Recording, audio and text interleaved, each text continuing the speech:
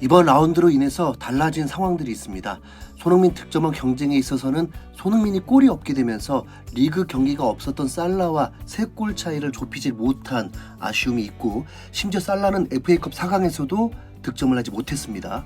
문제는 호날두가 손흥민급 행보를 보이면서 노리치 시티전에서 홀로 3골을 퍼부으면서 조타와 함께 공동 3위에 오르게 되었습니다.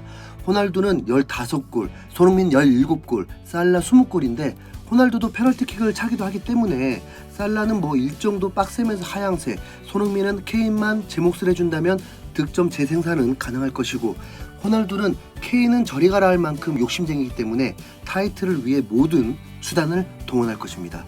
더 치열해진 득점왕 경쟁이 될 듯합니다. 그리고 토트넘의 충격적인 패배는 다행히 데미지가 크지 않게 되었습니다. 아스날이 사우스햄튼에 패배하면서 서로 챔피언스리그 가라고 밀어주고 있는 격입니다. 맨유는 홈에서 꼴찌팀에게도 2실점을 하면서 굴욕을 당할 뻔했지만 호날두가 팀을 살렸습니다. 유로파 리그라도 가기 위해서 말이죠. 그래서 현재 토트넘은 32경기를 치르고 57점으로 4위, 맨유도 32경기를 치르면서 54점 5위, 아스날이 한 경기를 덜 치르긴 했지만 5위 같은 6위를 기록하게 되었습니다. 이미 전문가들의 예측으로는 토트넘이 70% 가까운 확률로 챔피언스리그 진출이 유력하다고 보도하기도 했습니다. 자만심이 넘쳤던 토트넘이 다시 절박함으로 돌아온다면 큰 문제는 없을 것입니다. 토트넘을 상대로 승리했던 포터 감독은 기자회견을 통해서 한 질문을 받게 되었습니다.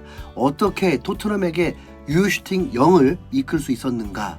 그런데 포터 감독은 난감해하면서 저도 왜 그런지는 모르겠다라고 하면서 그냥 브라이튼이 좋은 경기를 했다고 평가했습니다. 당연히 알 리가 없죠. 토트넘은 경기 중에 구멍이 나 있는 상태로 경기를 했기 때문에 패배했던 것입니다. 이 경기를 통해서 확실히 알 수 있었던 것은 11명 중 1명이라도 구멍이 생겨버리면 팀이 망가질 수 있다는 것입니다.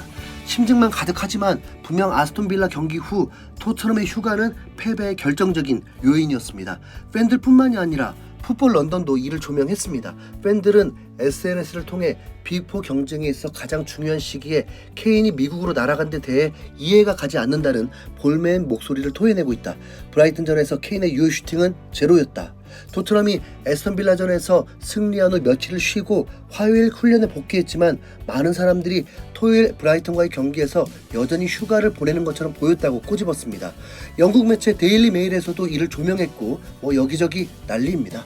그럼에도 콘테 감독은 미디어 앞에서는 휴가를 준 부분에 후회를 하지는 않았고, 경기에 대한 평가를 토트넘이 느렸다고 했고, 상대의 강력한 압박에 적응할 수 있는 좋은 기회였다. 우리는 이 같은 경기를 통해 또 다른 탈출구를 마련해야 한다. 팀이 향상되기 위해선 이 같은 시험이 필요했다면서 자신의 잘못도 쉴드를 치고 팀의 부진을 덮어줬습니다.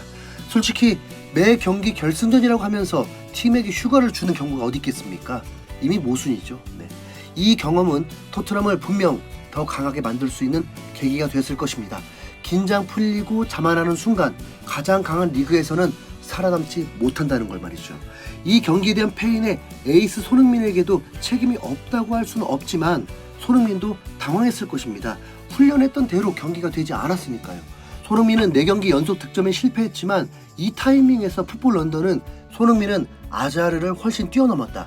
레알 마드리드는 손흥민을 영입했어야 했다고 보도하고, 글렌 머레이도 최근 BT 스포츠와의 인터뷰에서 레알 마드리드 같은 B클럽이 손흥민을 영입하지 않았다는 사실이 놀랍다. 그는 꾸준한 선수다. 저메인 제나스도 손흥민은 유럽 최고의 선수 중 한 명이다. 그는 수비수를 두렵게 하는 선수다. EPL 역사의 한 획을 긋고 있다고 엄지를 세웠습니다. 심지어 일본마저도 손흥민에 대해 집중 조명하면서 손흥민이 프리미어리그 득점왕도 가시권에 들어왔다라는 제목과 함께 리버풀의 마네, 레알 마드리드의 비니시우스보다 더 골을 넣기 어려운 환경에서도 이들보다 더 많은 골을 넣은 것은 굉장하다면서 월드 베스트에 뽑힐 왼쪽 공격수라고 주장하기도 했습니다. 거기다 일본 팬들도 대부분 동의하고 있고, 심지어 한국인이고 뭐고 득점왕이 되길 응원한다고까지 하면서 손흥민이 일본도 굴복을 시켜버린 상황입니다. 그만큼 토트넘의 한 경기 실망일 뿐 토트넘의 분위기는 나쁘지 않은 것으로 해석이 됩니다. 이제 일주일 잘 쉬고 아니 쉴 생각하지 말고 합숙해서라도 브렌트포드 무서운 팀이 되었으니까 긴장하고 준비하길 바라봅니다. 손흥민과 에릭센의 절친의 대결 매우 흥미롭죠. 이상 흰수염고래였습니다.